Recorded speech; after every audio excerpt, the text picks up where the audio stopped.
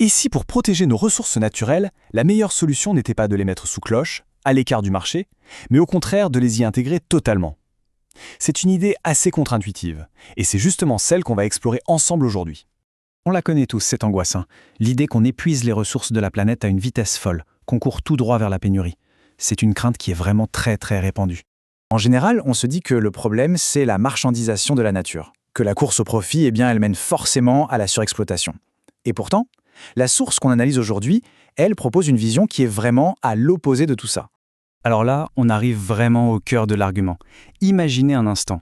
Et si un prix très élevé pour une ressource, ce n'était pas le symptôme du problème, mais en fait, une partie de la solution. Une sorte de protection en quelque sorte. Ça a l'air paradoxal, je sais, mais regardons ça de plus près. L'idée de fond, elle est à la fois simple et assez forte. Un prix élevé, ce n'est pas l'ennemi. C'est un mécanisme de défense. C'est ce qui empêche une ressource de disparaître complètement. Pensez-y, bien avant qu'on ait pompé la toute dernière goutte de pétrole, son prix serait tellement exorbitant que plus personne n'aurait les moyens de l'acheter. Alors, pour bien saisir cette idée, la source nous propose une métaphore assez parlante. Il faut voir le prix non pas juste comme un chiffre, une somme d'argent, mais carrément comme un système de communication. Une sorte de dialogue en fait entre la nature et nous. Et cette citation de Christian Michel, elle résume parfaitement ça. Quand le prix d'un bien diminue, c'est un peu comme si la nature nous disait « servez-vous, j'en ai plein en stock ».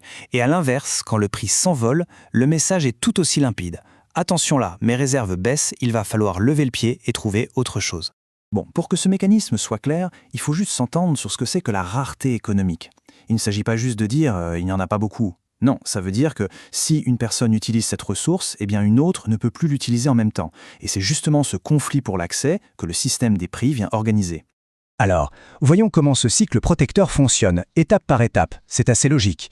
Première étape, une ressource se fait plus rare. Deuxième étape, conséquence directe, son prix monte en flèche. Troisième étape, face à cette augmentation, qu'est-ce qui se passe? La consommation baisse, tout naturellement.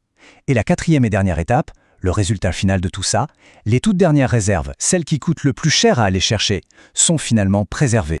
Mais attention, la hausse des prix, ça ne fait pas que freiner la consommation. Ça a un deuxième effet, qui est tout aussi, voire plus important. Ça devient un moteur hyper puissant pour l'innovation. Concrètement, comment ça se passe? Un prix élevé, ça rend soudainement rentable des projets qui ne l'étaient pas avant. Ça pousse à chercher de nouveaux gisements, même s'ils sont compliqués à atteindre, et surtout, ça encourage à développer des alternatives.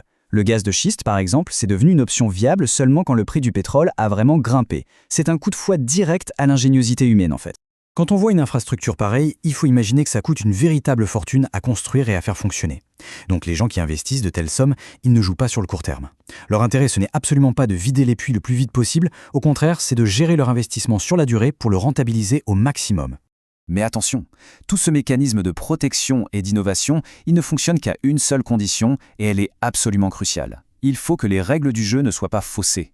Et c'est là qu'on touche au point essentiel, la différence entre un marché vraiment libre et un marché qui est contrôlé. Dans un marché libre, le prix, il est le reflet direct de la rareté. Le message est clair, il n'est pas brouillé. Mais quand un cartel comme l'OPEP, par exemple, décide de fixer les prix de manière arbitraire, alors là, le message est complètement faussé. Si le prix est trop haut, artificiellement, ça pénalise des consommateurs. Et s'il est trop bas, ça encourage le gaspillage et la surconsommation. Et donc, ça nuit à la nature. Dans les deux cas, le mécanisme est cassé. Bon, on arrive au terme de cette exploration. Alors, si on rassemble un peu toutes les pièces du puzzle, qu'est-ce qu'on obtient? Avant de se quitter sur une toute dernière question. Pour résumer l'argument central de la source, loin d'être l'ennemi de la nature, un marché qui serait vraiment libre, c'est-à-dire où les prix ne sont pas manipulés, serait en fait le meilleur outil qu'on ait pour gérer à la fois notre consommation et la préservation des ressources. Et tout ça, ça nous amène à une dernière question, une question assez provocatrice. Si cette logique du marché libre est un outil écologique si puissant, alors pourquoi est-ce que cette idée reste aussi controversée?